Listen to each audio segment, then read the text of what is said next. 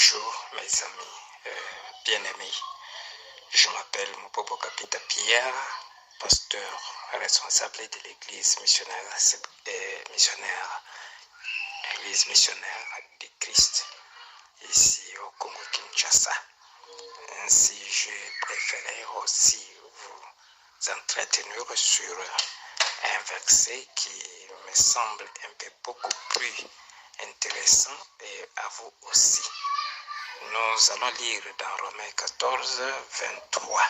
C'est le tout dernier verset de l'épître de Paul aux Romains. Je lis ceci.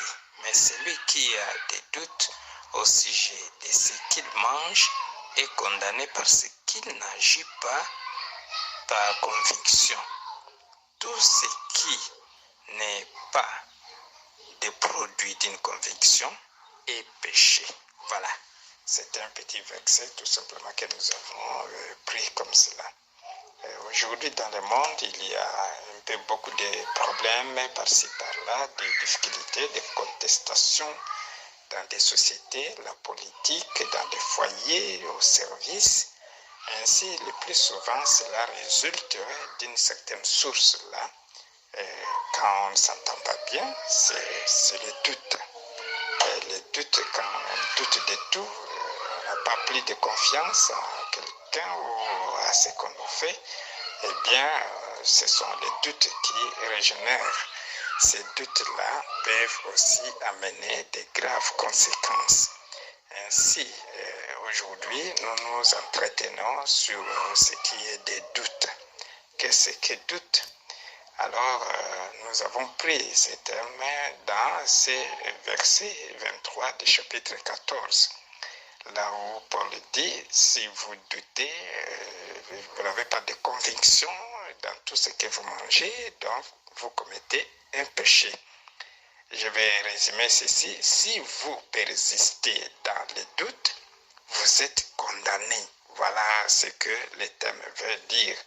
Si vous persistez dans les doutes, alors vous êtes condamné. Condamné comment? Nous allons voir.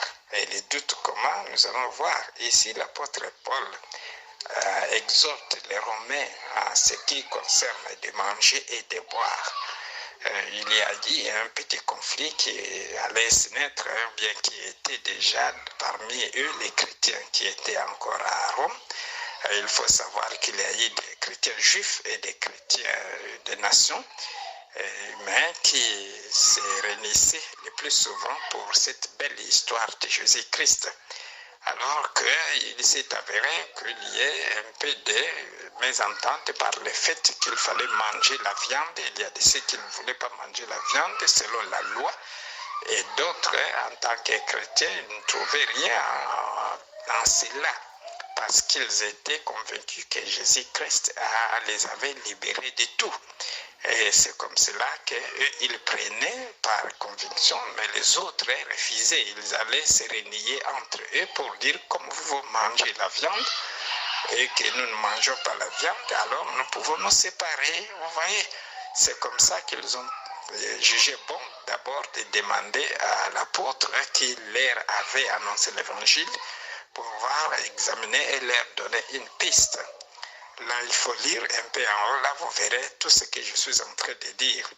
Ainsi, Paul leur a répondu que si vous mangez avec des doutes, alors à ce moment-là, vous avez péché, vous êtes condamné. Mais si vous avez la conviction ou la foi, vous voyez bien, il a utilisé conviction, mais la foi, la confiance en soi de tout ce que vous faites en Dieu, alors que vous allez manger et cela ne vous fera absolument rien, cela va vous au moins donner une bonne santé. C'est la raison pour laquelle il a insisté au moins sur la foi. Les doutes dans ce que vous croyez, c'est ce qui engendre au moins les péchés. Un chrétien est déjà mort, comme Jésus-Christ est mort dans tout ce qui se trouve ici. Il a la parole. Et la foi vient normalement de ce que vous entendez de la parole de Dieu. Celui qui a la parole de Dieu ne peut avoir beaucoup de doutes sur ce qui concerne Jésus-Christ. Ainsi, mes frères, n'ayez pas de doute sur cette histoire que les autres nous ont laissée, pour dire que Jésus-Christ est vraiment notre Seigneur et Sauveur. Il est Sauveur en tout et pour tout, au ciel et ici sur la terre, parce qu'il est mort pour nous. Il a versé le sang sur la croix, c'est pour nous venir nous sauver, nous guérir de nos maladies, de résoudre les problèmes que nous avons ici, par-ci, par-là, dans les mariages, dans les maladies, tout. Il est là, il intervient. Mais si vous n'avez pas la foi, alors à ce moment-là, vous êtes condamné et votre maladie ne peut jamais être guérie pendant que vous doutez. Vous voyez, il ne faut pas douter quand vous acceptez Jésus-Christ, eh bien, il est réellement en vous. Dès que vous commencez à dire que je crois à Jésus-Christ de Nazareth, celui-là est déjà là dans votre présence. Il va intervenir dans tous les problèmes que vous avez, quelle que soit la maladie, quel que soit tout ce que vous avez comme problème. Et vous allez les résoudre avec Jésus-Christ. Il est le seul, vraiment. Ce que nous savons jusque-là des histoires des dieux hommes, bien sûr que Jésus-Christ est un Dieu homme, mais qui n'est pas homme, mais qui est Dieu. Il n'est pas mort. Il est mort, mais il n'est pas mort. Il est vivant. Il est ici avec nous. Il agit. Il se fait voir. Si vous le cherchez, eh bien, vous le verrez. Si vous dites que oui, je veux Jésus-Christ, et il viendra auprès de toi pour vous aider et trouver tous les problèmes que vous avez besoin.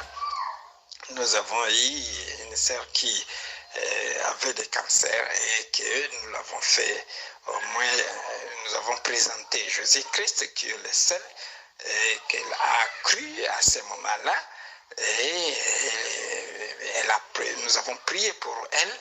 Elle est partie à l'hôpital. Eh bien, cette fois-ci, au lieu du cancer, c'est une infection. Il a pris les médicaments et tout était terminé. Mais ses frères sont venus encore à côté, ses enfants, pour l'amener au moins dans d'autres hommes et personnes pareilles. Et là où il est allé encore faire venir tous les mauvais esprits qui l'avaient quitté. Et ces mauvais esprits avaient repris. Et quand elle s'est retrouvée pour retourner encore à Jésus-Christ, c'était déjà tard. Vous voyez, les doutes amènent à la mort. Et elle est morte parce qu'elle avait douté après que Jésus-Christ l'ait vraiment guérie. Et toi aussi, là où tu es, si tu mets vraiment ta confiance en Jésus-Christ, il n'y a pas vraiment un autre moyen et une autre solution. C'est Jésus-Christ dans tout ce que vous êtes en train de vivre. Au nom puissant du Seigneur Jésus-Christ, je vous exhorte vraiment d'intégrer et d'écouter et de servir Jésus-Christ. Je vous prie. Amen.